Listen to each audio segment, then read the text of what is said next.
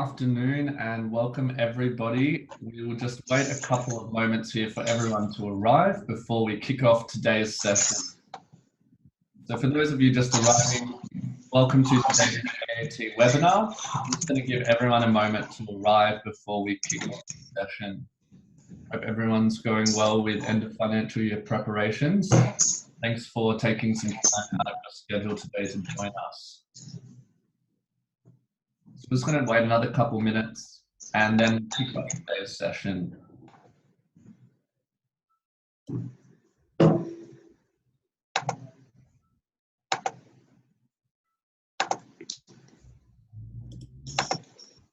Okay, thanks everyone for joining us today.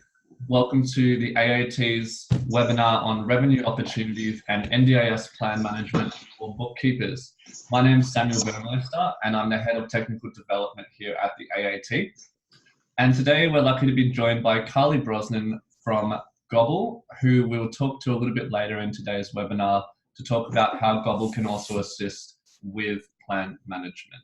So let's kick off with some housekeeping. As always, we record our webinars and they will be uploaded to the resources section of the website.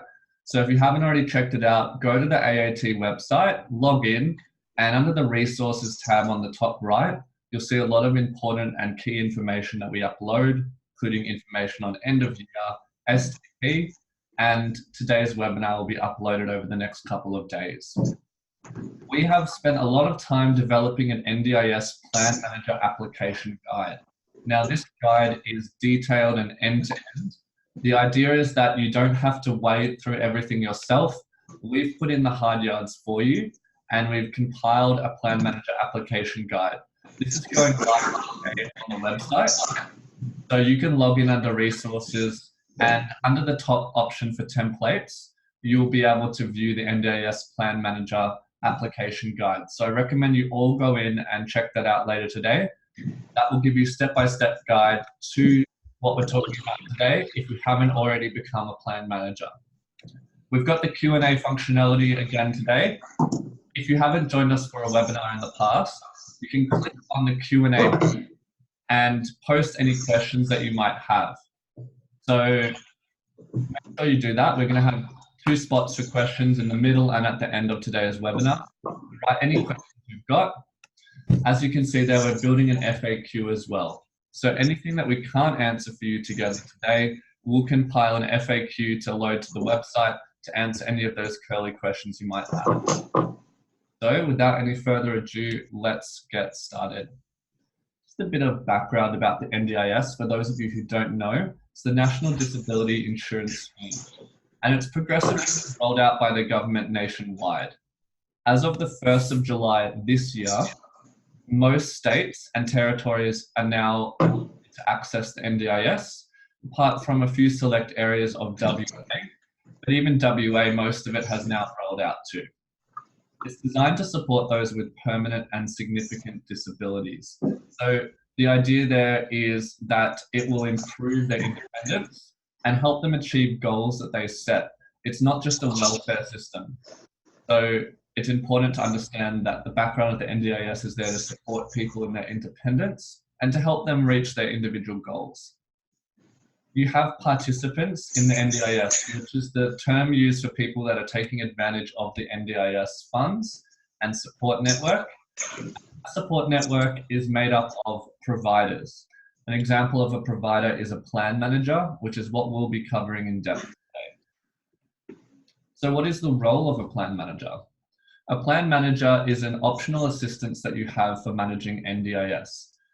Now, the NDIS covers people who get plan management, and if you decide to be a plan manager, you may provide funding and budgeting support for these participants as their plan manager. They also do have the option to handle it all themselves, or they may have a goal set to eventually handle all of their finances themselves through NDIS.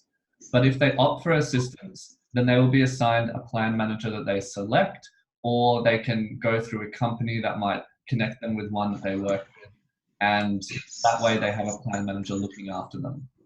The plan manager will pay support provider invoices. So when the participant needs support providers, there's an actual list of prices, and they will ensure that those are paid based on the price list.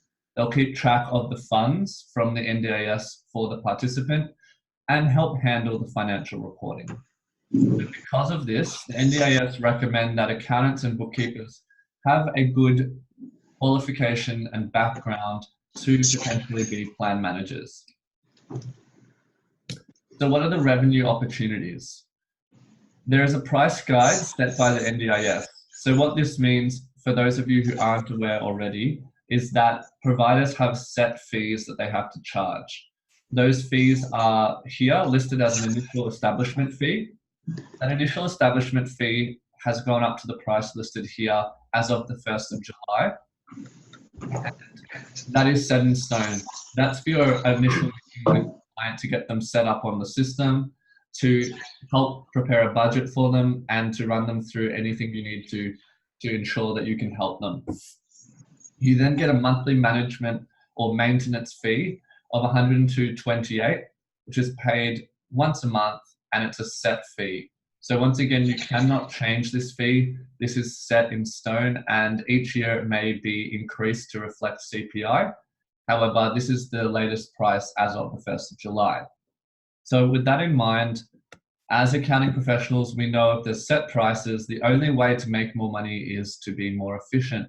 So it's important that you have an efficient plan in place and that you're handling the participants well, but also being efficient in the process so that you're making a higher margin. So what is the application process? Now I'm going to give you an overview here of the application process. Keep in mind the detailed step-by-step guide has been created for you and will be available today on the AAT resources section. And we've called that the Plan Manager Application Guide. So the first thing you do in the application process, you sign up for a PRODA account or a PRODA key. It's basically your two-factor authentication style login so that you can access the MyPlace portal. The MyPlace portal links with the NDIS, and this is designed to give you access to everything you might need to handle participants. You might liken this to something like our BAS portal or the new ATO online service for tax and BAS agents. You need to directly register then with the NDIS. So once you've set up your logins, you complete a direct registration form online with the NDIS. This application form is included in our guide, the link to it. After the application guide has been lodged, the next step is a scope of audit is issued. Now the NDIS issue you with a scope of audit based on a few criteria, mainly the services you'll be providing, the size of your organization, and based on those two main criteria, they will recommend whether you need a verification or a certification audit. Now, me and Carly have spent some time looking into the prices of audits for you, and you're looking at roughly $880, including GST upwards, for a more basic audit.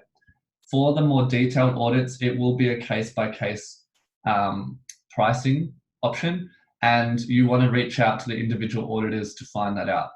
So when they send you the scope of audit, there is a list of recommended auditors that you can reach out to. You can get quotes from several of them and decide which you'll go with.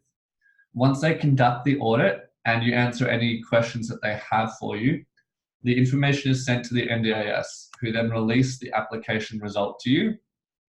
And if you are successful in your application to become a plan manager, they will issue you with your certificate of registration. So that's a lot of information, but hopefully that answers a few of your initial questions. Just based on that application and being a plan manager, do we have any questions to start off with? You can type them into the Q&A field and I will answer them to the best of my ability.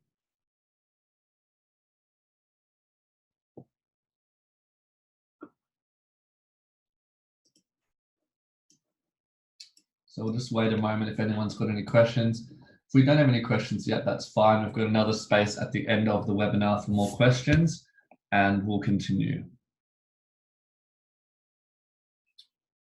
Okay, great. We've got some questions coming through.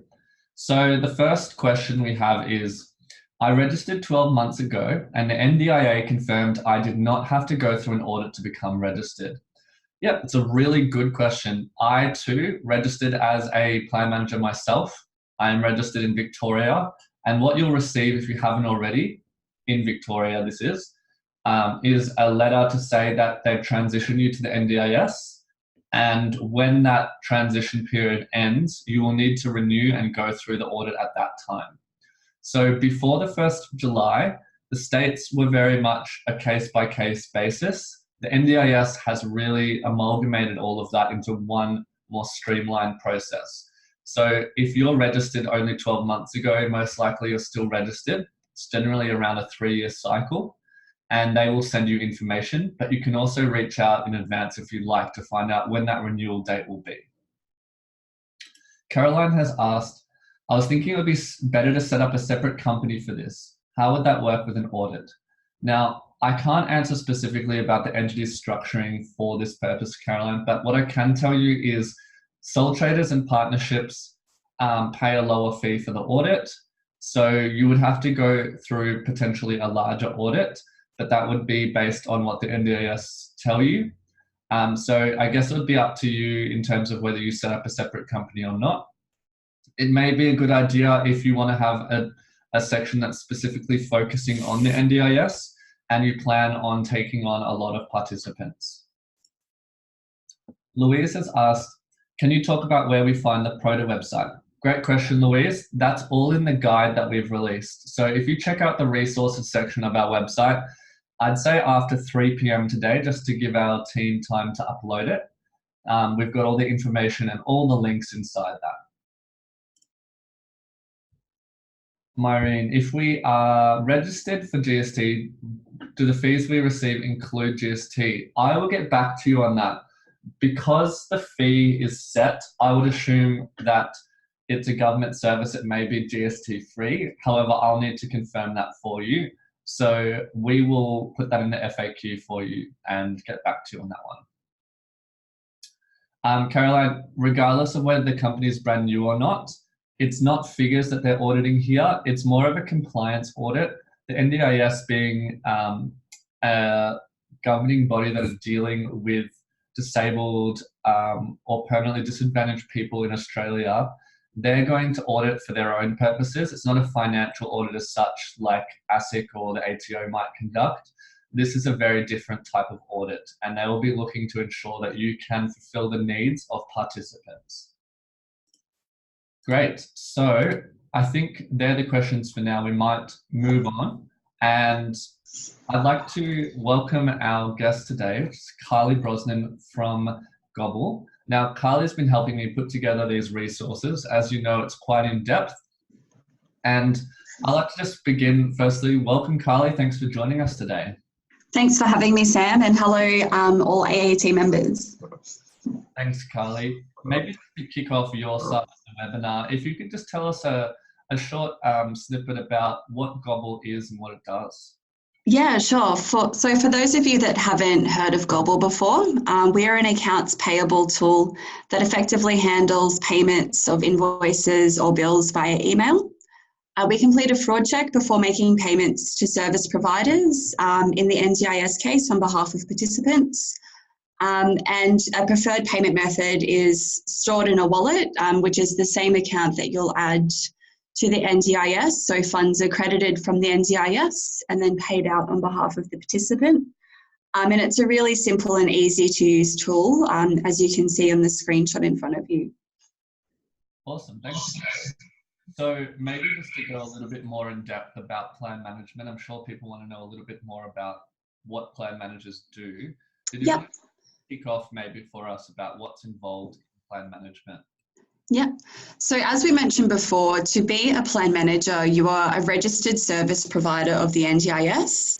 So plan management falls under the financial administration support provided by the NDIS to participants, and it enables the participants to focus on achieving their goals that they've set out in their plan. The costs incurred by the participant for the services they received are outlined in the NDIS price guide. So each service has an associated limit with each line item, which needs to be referred to before invoices are paid.